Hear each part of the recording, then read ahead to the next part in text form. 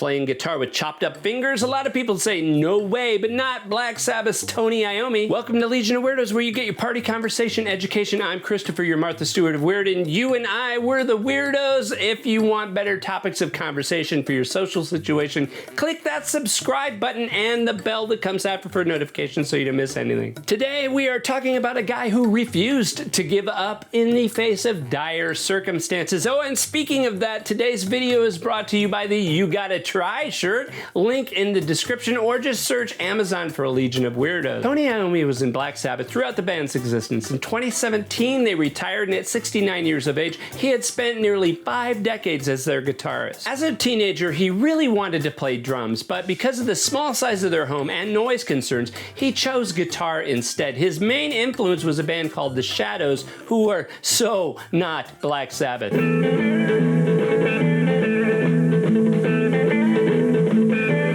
He got a chance to be a professional musician in Germany and decided to give up his job at a metalworks facility, but on his last day of work, a big machine basically destroyed the ends of his ring and middle finger on his right hand. As the machine clamped down, he jerked his fingers back, basically stripping them to the bone. Tony Iommi is left-handed, and as you guitarists know, losing these fingers on your right hand is a big problem. For you non-guitarists, it's your fretting hand. So at the hospital, the doctors cut out the bones, closed up the stubs of the fingers, and told him to forget about guitar. I probably would have revisited the drums at that point. He went into a state of depression for a few days until his factory foreman brought him a record to listen to, a record by Django Reinhardt, who was a Belgian guitarist who'd overcome an injury that paralyzed 2 of the fingers on his fretting hand.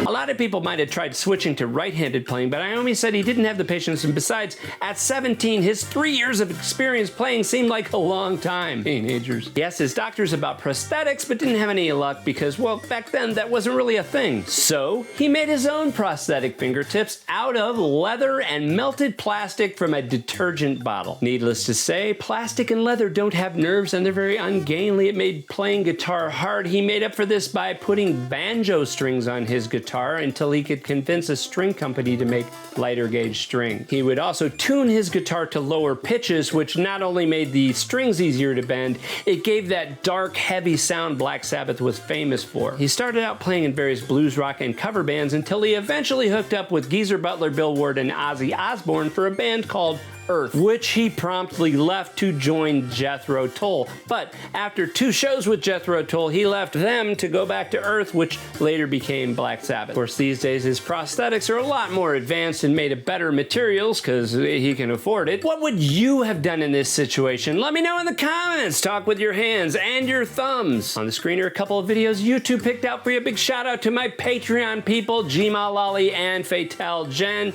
And until next time, stay weird and stay out of the comfort zones. I missed.